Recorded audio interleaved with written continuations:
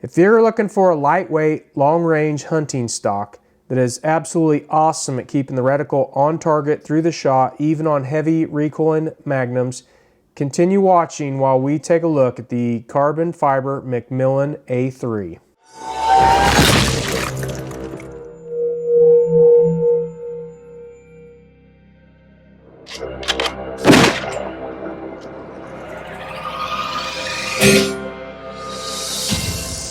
All right, today we're going to talk about the McMillan A3 stock, and this one happens to be inletted for Fierce Action, which is basically a Sako 85 clone. They do inlet for numerous actions, too many to list, 700 and 700 clones, Tikka, like I said, several, and there will be too many to list. I do also have this same stock that I've got on a Tikka T3 that I put together for a practice rifle. So I've been shooting them both off and on for the past several months, and I think we've got enough time to offer my opinion on it. So I've shot the Manners EH1 for years on several different rifles. I also shot the AG Composite Alpine Hunter for a few months and have a pretty good feel for it. So we'll definitely go over the differences between the three stocks. They're very similar. Now, when it comes to the tactical style vertical grip stocks, I would consider McMillan to be the pioneer. They've had the A series for over 4 decades, and then the A3 has been around since the late 90s. Now, in the past few years, they've started offering it in carbon, which is what got me interested in trying one. Long range hunting, obviously I like to be prepared if I need to take the shot, but I don't want the extra weight.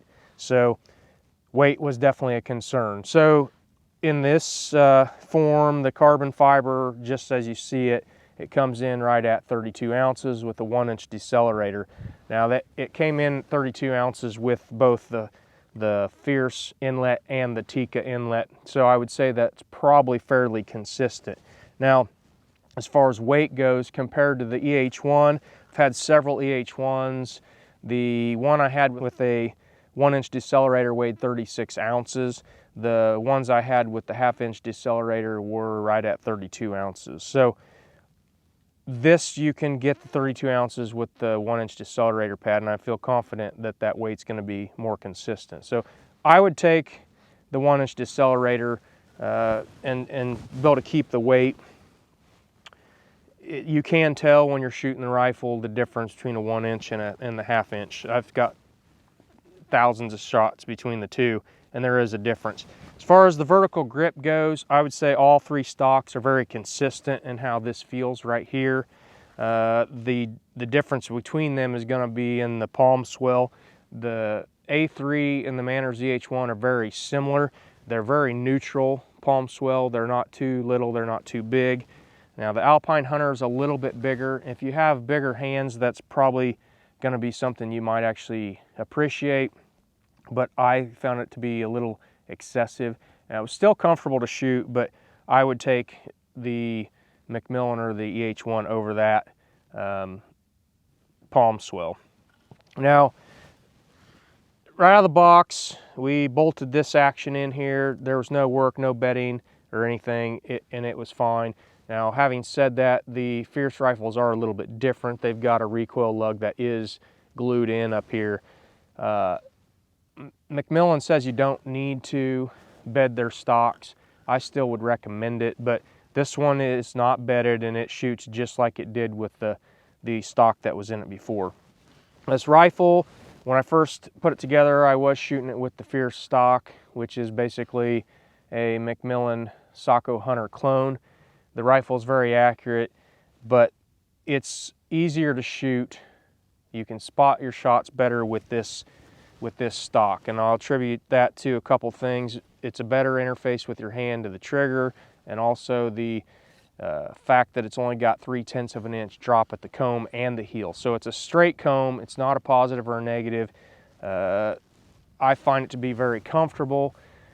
It doesn't smack you in the cheek. Now, I would say that a negative comb stock probably a little bit better in that department, but this doesn't really leave a lot to be desired.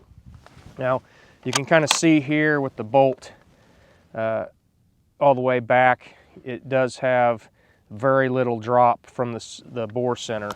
And it does have a notch here so you can take the bolt out so you don't have to take the stock off to clean it. And the manners and the AG are just like that.